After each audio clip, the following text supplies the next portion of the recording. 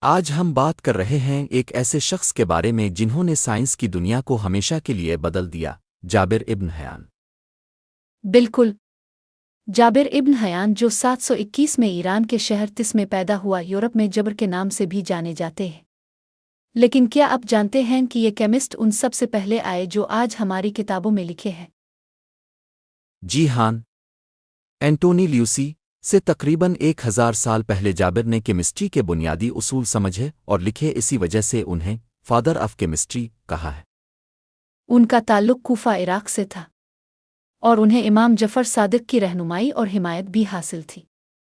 جابر صاحب صرف سائنسداں نہیں بلکہ ماہر فلکیات، فلسفہ اور طب کے ماہر بھی تھے۔ ان کی وفات 815 عیسوی میں ہوئی، مگر ان کا علم اور وراثت آج بھی سائنس کی دنیا میں روشن ہے۔ کیا آپ جانتے ہیں کہ جابر ابن حیان کو بابائے کمآک کہا جاتا ہے؟ بالکل، انہوں نے پہلی تجربہ گاہیں بنائیں اور الیمبک جیسے اوزار ایجاد کیے۔ یہ تو کمال ہے۔ اور کیا آپ کو پتا ہے کہ ترشا بنانے کا طریقہ بھی انہوں نے دیا ہے؟ ہاں، اور ان کی کتابیں صدیوں سے یورپی یونیورسٹیوں میں پڑھائی جا رہی ہیں۔ ان کی توجہ صرف کیمسٹری پر نہیں تھی بلکہ انہوں نے میڈیسن، فلکیات اور فلسفہ میں بھی کام کیا۔ جابر بن حیان نے تجربے اور مشاہدے کے ذریعہ علم کو آگے بڑھایا، یہ ان کی سب سے بڑی شراکت ہے۔ تو آج ہم نے سیکھا کہ جابر ابن حیان نے کیسے سائنس کی دنیا میں روشنی پھیلایا۔ ملتے ہیں۔